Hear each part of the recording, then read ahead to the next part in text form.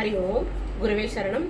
இப்போ பார்த்தீங்கன்னாக்கா நம்ம லைஃப்ல என்ன பண்ணுவோம்னாக்கா, ஒன்று பாஸ்ட்ல நடந்த விஷயத்துல அந்த கவலையில போய் மாட்டிப்போம், இல்லைனாக்கா ஃபியூச்சர்ல என்ன நடக்குமோ அப்படிங்கிற பயத்துல போய் மாட்டிப்போம். இப்போ பாஸ்ட் ஒரிஸ், ஃபியூச்சர் ஒரிஸ், இந்த ரெண்டு விஷயத்துல போய் மாட்டிக்கிட்டாக்கா பிரசன்ட்டை நம்ம என்ன பண்ணிடுவோம், மிஸ் பண்ணிடுவோம்.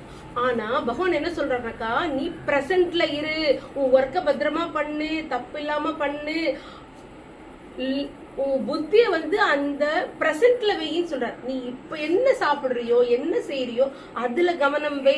ஃபியூச்சர் உனக்கு வேலைக்கு ஆகாது, அது உனக்கு திரும்ப அது உபயோகப்படாது, அதனால அதுல கவலைப்படாதே.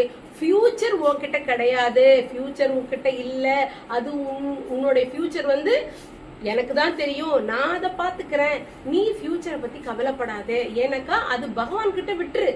பிரசன்ட்ல நீ லிவ் இன் பிரசன்ட் அப்படின்னு சொல்ற. அதனால நம்ம ஃபியூச்சரோ அதுக்கப்புறமாக்கா பாஸ்டோ அதை வச்சு கவலையே பட வேண்டாம். பிரசன்ட்ல ப்ராப்பரா இப்போ என்னவோ அதை ஒழுங்கா, இப்போ என்ன உப்பு போடணுமோ, இப்போ என்ன காரம் போடணுமோ, இப்போ என்ன சமைக்கணுமோ, இப்போ என்ன ஒர்க் பண்ணணுமோ அதை தான் பண்ணுமே தவிர பாஸ்ட் ஃபியூச்சர்ல போய் மாட்டின்டா துன்பம் உன்னை சேர்ந்து விடும்.